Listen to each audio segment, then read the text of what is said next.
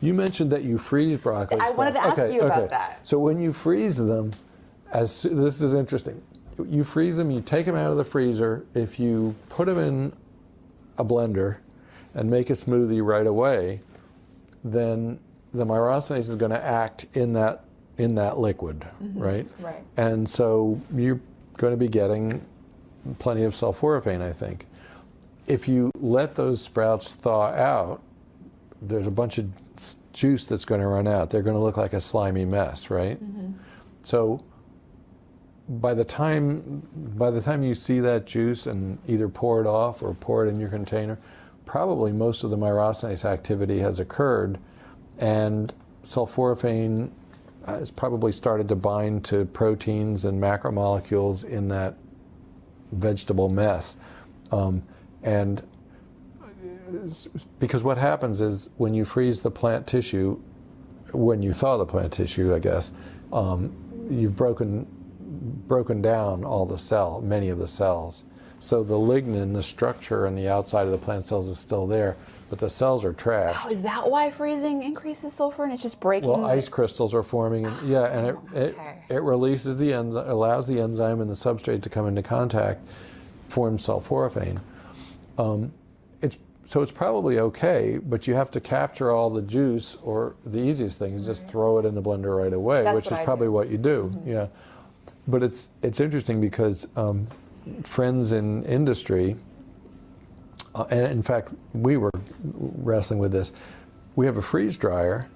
We have a beautiful freeze dryer that we were actually given by a Japanese sprout company as sort of thanks for what we've done. We've allowed them to build a business in broccoli sprouts. And this freeze dryer has trays, and you can put, say, 5 pounds of sprouts on the trays. But what you have to do is you have to freeze the sprouts first and then put them in the freeze dryer, pull a vacuum, and it winds up pulling off all the moisture. If you stick the trays in a freezer and freeze them and then move them into the freeze dryer, basically what you've done is allowed all the cells to break. They thaw as you're pulling a vacuum. And when we looked at those freeze-dried sprouts, they had no glucoraphanin and no myrosinase and no sulforaphane to speak of, because it had all reacted, and then it was just a mess. So there's value in thinking a little bit about how that enzyme behaves before you start making things. You can actually freeze dry broccoli sprouts very nicely as long as you deep freeze them or quick freeze them and maintain them in the frozen state when you go to dry them. And that will retain the then the sulfur. myrosinase. The myrosinase is not coming in contact with the glucosinolate then. Okay. Yeah. It's a complicated story. Probably wasn't worth telling, but well, it kind of made me think of something else, and that is I've noticed when I've made my broccoli sprout smoothie, after blending it, and if I let it sit in my cup for a prolonged period of time, it tastes different. Like and I don't know if that's the sulforaphane or the sulforaphane nitriles or what chemical reaction is going on there, but it tastes different than if I just blend it up and drink it immediately. I think it's probably the sulforaphane. So when you blend it and drink it immediately, you probably haven't given enough time for all of the glucosinolates to be converted to sulforaphane.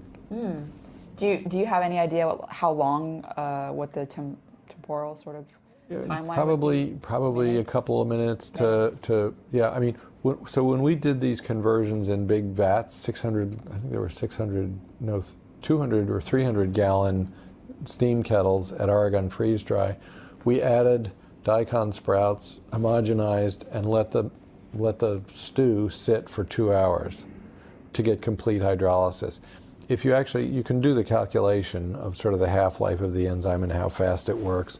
And so it takes a matter of many minutes. So in your particular case with your broccoli sprouts, maybe it was 10 minutes, or maybe it takes a half hour to get completely converted. So probably what you were doing is chugging the not so nasty tasting glucosinolates It does get more foul tasting as you let it sit. Yeah, it does. Exactly. And so the conversion is happening on the way down the tubes, and then when it gets to your intestines, probably more happens. Right.